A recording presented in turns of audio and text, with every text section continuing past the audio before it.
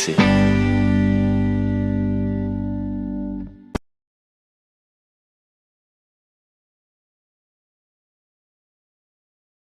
Bienvenue Radio Couleur Chartreuse en reportage ici à Saint-Genis-les-Villages pour cette première édition, la fête du gâteau de Saint-Genis.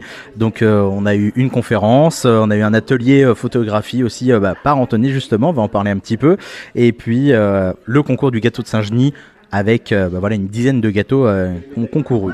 Donc là, on est avec Anthony. Bonjour. Bonjour. Merci de nous accorder quelques instants. Donc là, photographe culinaire. Alors, est-ce qu'on peut parler un petit peu du parcours, pour expliquer un petit peu comment vous en êtes venu à devenir photographe culinaire? Oui. Alors c'est une longue histoire parce que ça fait déjà 25 ans que je suis photographe indépendant. Je n'ai pas démarré par la photographie culinaire. Elle est venue au fur et à mesure de mon parcours. Et c'est par le biais d'un client qui avait des hôtels et qui m'a dit un jour tiens, fais-moi une petite photo de mon restaurant. Et puis ça a démarré comme ça. Il m'a fait faire quelques photos de plats et moi qui suis plutôt très épicurien, ça a tout de suite été un sujet assez naturel à traiter. Et de fil en aiguille, le message est passé. Et puis dans la région, il n'y avait pas forcément de photographes qui avaient cette spécialité. Du coup, je me suis très très vite élargi. Alors forcément plutôt entre Grenoble, Chambéry, là où il y avait un cœur d'activité plus intéressant. Je me suis très vite fait une place. Voilà. Et aujourd'hui, ça fait plus de 15 ans, 18 ans que c'est plus de 60% de mon activité. Oui, donc c'est quand même assez énorme. Alors comment ça se travaille? Comment vous travaillez en atelier, chez les clients justement? Alors, ça peut être très varié. Généralement, c'est moi qui me déplace parce que mon cœur d'activité, c'est quand même les restaurateurs et pour le coup, c'est plus facile d'aller à eux. J'ai aussi des commandes à réaliser dans mon studio photo. Du coup, là, c'est mon client qui m'amène son produit et puis je réalise dans mon studio la petite mise en scène pour valoriser son produit. Mais j'allais dire, c'est ça, c'est un métier assez créatif aussi. Il faut justement travailler la mise en scène, la lumière, les éléments, les outils. Oui, c'est ça. Moi, je me construis des petits sets, on appelle ça des petits sets. J'ai des plateaux de matières différentes, selon le produit à mettre en avant. Je viens agrémenter de vaisselle, de textile, voilà. Et la lumière vient finaliser la mise en valeur, la mise en beauté du produit. Alors justement, là, ça vous arrive souvent de venir comme aujourd'hui, parler de vous, de votre métier, de ce que vous faites? Alors, non. Dans mon parcours, ça m'est arrivé, bien sûr, mais très peu. Je ne suis pas forcément très à l'aise avec la communication de scène ouverte. Ça m'est arrivé plusieurs fois parce que j'ai remporté des prix de photographie culinaire, sur Paris notamment, des festivals internationaux de photographie culinaire où j'ai eu des prix sur différentes années. Et il a fallu monter sur scène avec plusieurs centaines de personnes. Et je ne suis pas forcément très à l'aise avec l'exercice, mais ça, on en prend l'habitude. Oui, ça se fait, puis ça fait une bonne promo aussi. Alors justement, vous le disiez, vous avez fait pas mal de choses, de clichés, de gourmandises. Et puis, le Saint-Genis alors? Le Saint-Genis. Comment on y vient? C'est vrai, en parlant du Saint-Genis, puisque c'est la journée pour en parler. Alors, j'habite... vous êtes savoyard, vous êtes d'ici déjà. Je suis né sur l'avant-pays savoyard, non loin d'ici, entre la Chartreuse et ici finalement. Et pour le coup, ça fait 15 ans que j'habite ici.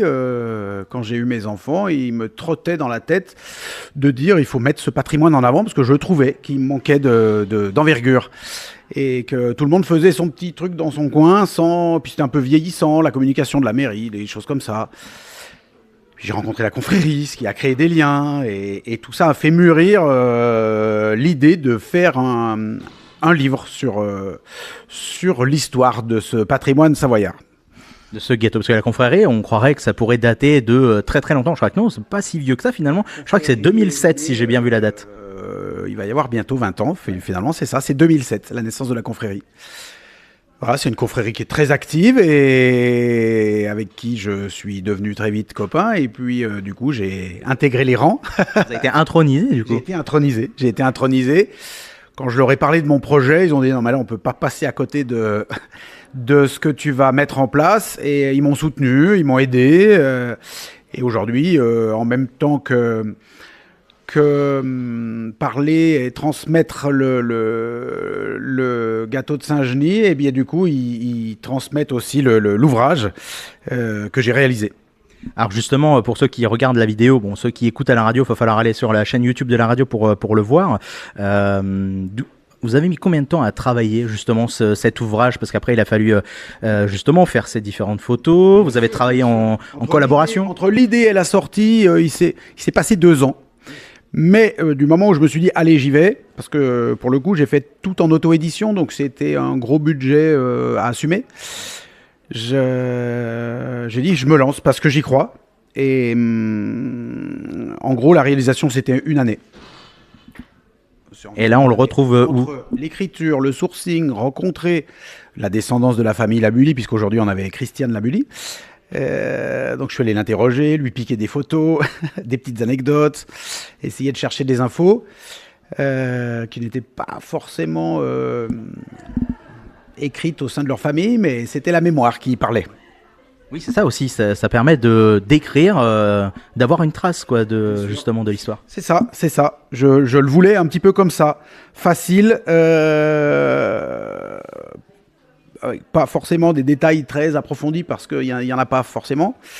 Mais je le voulais, voilà, facile, accessible, illustré avec les photos que je sais faire, et quand même un peu d'histoire et pour recontextualiser la naissance de ce Saint-Genis, et surtout j'ai rajouté en second temps et de la praline rose, puisque beaucoup de gens pensent qu'elle est née à Lyon. Mais on sait très bien qu'elle est née de Pierre Labully, ici en avant-pays savoyard, en 1860, alors qu'à Lyon, elle était là qu'au début du XXe. Voilà. Et ce livre, du coup, où est-ce qu'on peut se le procurer pour ceux que ça intéresse? Pour le coup, à Saint-Genis, évidemment, un peu de partout. J'ai une trentaine de points de dépôt actuellement, dont la librairie des Échelles. Et puis je continue à démarcher un petit peu, même sur les petits départements alentours, pour pouvoir... C'est très local, hein, donc je ne peux pas dire je vais le vendre en Bretagne. En tout cas, sur mon site internet, vous pouvez retrouver anthonycottarel.com tous les points de vente. Puis sinon, il faut simplement m'appeler. Et est-ce que vous avez, je sais pas, des petits réseaux sociaux, peut-être Facebook ou quoi, pour voir vos travaux aussi? J'ai tous les réseaux. La plupart de mes travaux sont sur mon site internet. J'ai beaucoup plus de visuels sur Instagram, Anthony Cottarel photographe, et Facebook identiquement. Et bien voilà, vous savez, allez pianoter pour voir le travail d'Anthony. Et ben merci de nous avoir accordé quelques instants. Merci à vous. Et puis à une prochaine, sur un prochain événement de Saint-Genis, bien sûr. Ouais, ou en Chartreuse, on adore la Chartreuse. En Chartreuse, ça se marie aussi bien, c'est vrai. Merci, à bientôt. Merci, bonne journée. Bonne journée et à très vite sur les ondes de Radio Couleur Chartreuse, votre radio locale associative. RCC.